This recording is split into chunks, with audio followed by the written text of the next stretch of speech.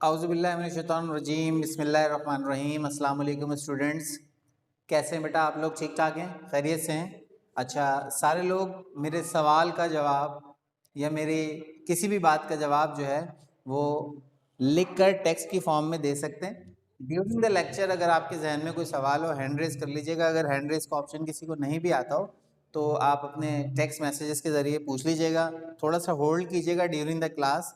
मैं जब बात अपनी कंप्लीट कर लूँगा देन उसके बाद आपको कंटिन्यू करूँगा। मैं आज आपको आज की क्लास में ना चैप्टर नंबर 7 का पहले एक पोर्शन ये पढ़ा रहा हूँ जिसको थोड़ा सा रिवीजन बेस्ड है, और उसके बाद फिर मैं उस टॉपिक की तरफ आऊँगा जो कि हमारा न्यू टॉपिक होगा। ठीक है, चैप्टर का नाम था सर्कुलर मोशन एंड ग्रेविटेशन। सही है बेटा, ये था हमारे चैप्टर का नाम। आप सब लोग इस नाम के साथ अच्छे से वाकिफ हैं। हमने इस चैप्टर की स्टार्टिंग की थी जिस मेन टॉपिक के साथ, उस टॉपिक का नाम था uniform circular motion. Uniform circular motion के बारे में मैंने आपको क्लास में बताया था। सर्कुलर मोशन, कोई भी ऑब्जेक्ट जब कोई भी बॉडी सर्कुलर पाथ में रोटेट करती है, घूमती है, तो उसकी इस मोशन को हम सर्कुलर मोशन कहते हैं। लेकिन इससे पहले अगर एक वर्ड लग जाए यूनिफॉर्म, तो इसका मतलब क्या बनता है कि किसी भी ऑब्जेक्ट का किसी सर्कुलर पाथ में रोटेट करना सर्कुलर मोशन कहलाता है। लेकिन अगर उस मोशन के अंदर एक चीज कांस्टेंट हो, और वो क्या चीज है? वो है उसकी वेलोसिटी, यानी कि यूनिफॉर्म या फिर कांस्टेंट वेलोसिटी के साथ वो ऑब्जेक्ट घूमता हो या रोटेट करता हो, तो इसको हम क्या नाम देंगे? इसको हम नाम देंगे यूनिफॉर्म सर्कुलर मोशन का। बहुत सारी ऐसी चीज़ें हैं हमारी सराउंडिंग के अंदर जिनकी मूवमेंट यूनिफॉर्म सर्कुलर मोशन होती है। Top of the list movement of earth around the सन।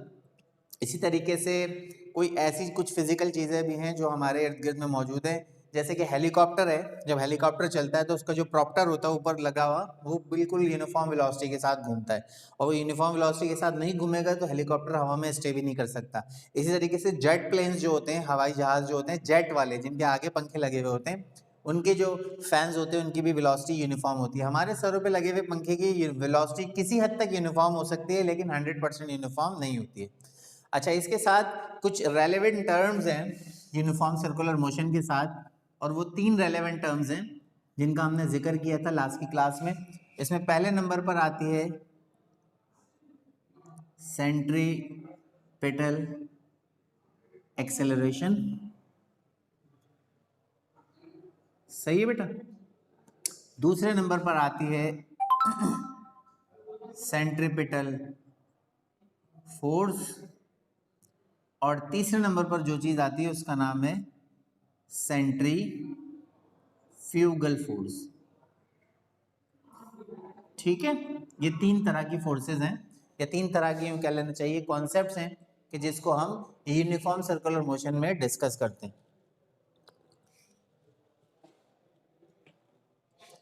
इन तीनों के अपने अपने रिप्रेजेंटेटिव सिंबल्स होते हैं। अगर मैं सबसे पहले सेंट्रीपिटल एक्सेलरेशन की बात करूं, तो देखिए नॉर्मल जो एक्सेलरेशन होता है, कोई भी बॉडी जब लीनियर डायरेक्शन में मूव कर रही है, फॉरवर्ड, बैकवर्ड, राइटवर्ड, लेफ्टवर्ड, तो उसके एक्सेलरेशन को सिर्फ ए से शो करते हैं और उसके नाम में भी सिर्फ एक्सेलरेशन आता है।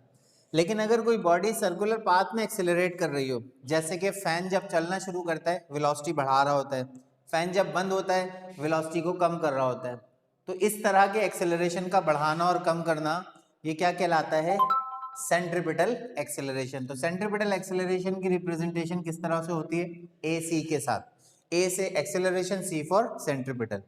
दूसरे नंबर पे है सेंट्रीपिटल फोर्स। क्या होती है?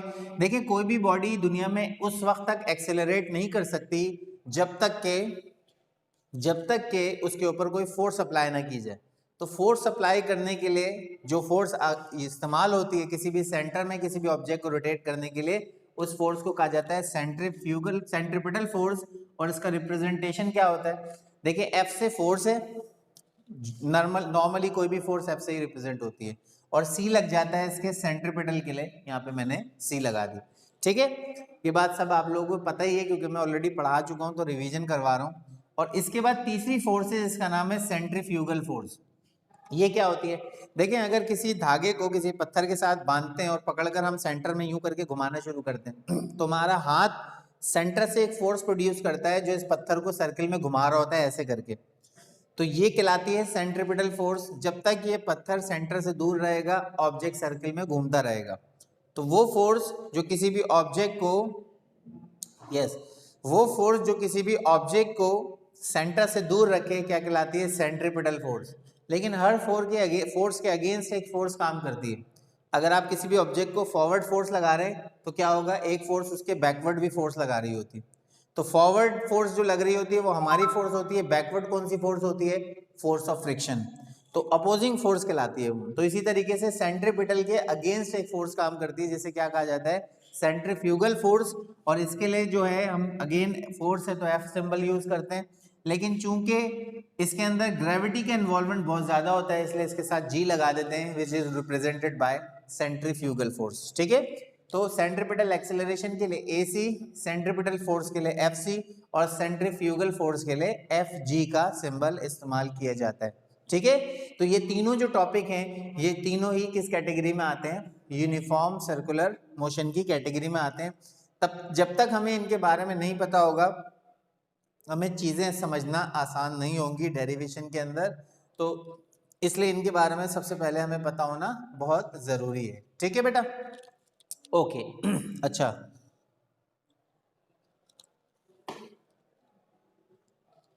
ये सारी चीजें आप सब लोगों ने नोट डाउन की हुई है तो इसलिए मुझे इसे लिखा रहने देने की जरूरत नहीं है। मैं इसको रब कर रहा हूँ, मिटा रहा हूँ और उसके बाद फिर मैं अगला टॉपिक इसका बोर्ड पे लिखता हूँ।